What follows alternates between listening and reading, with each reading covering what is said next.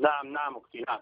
م. نعم 53 قتيل منهم و62 جريح و4 شهداء واجب نحسب عند الله شهداء و12 جريح حتى الآن. م. كيف تمكنتم من معرفة عدد القتلى في صفوف مقاتلي أنصار الشريعة سيد حجازي؟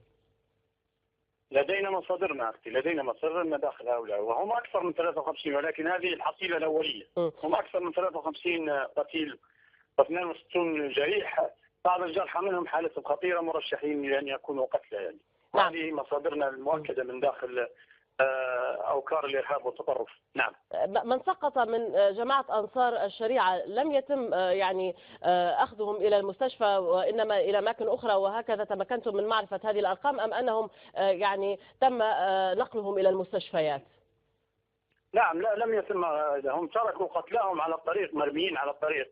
فيعني نحن بدورنا او بدور يعني مدنيين موجودين داخل وانسانيه، ليس كما هم يقتلون ويحرقون ويقطعون الرؤوس وينكلون بابناء الجيش والشرطه.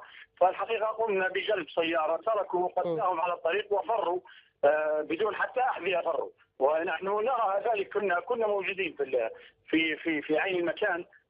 فبعثنا بسيارة نقل كبيرة يعني ما عددناه نحن، يعني هذه الإحصائية أمامي الآن. فتم نقل 53 قتيل في سيارة عربة، يعني نوع يعني عربة زي ما نحن نقولوا لها عربة نقل، عربة نقل.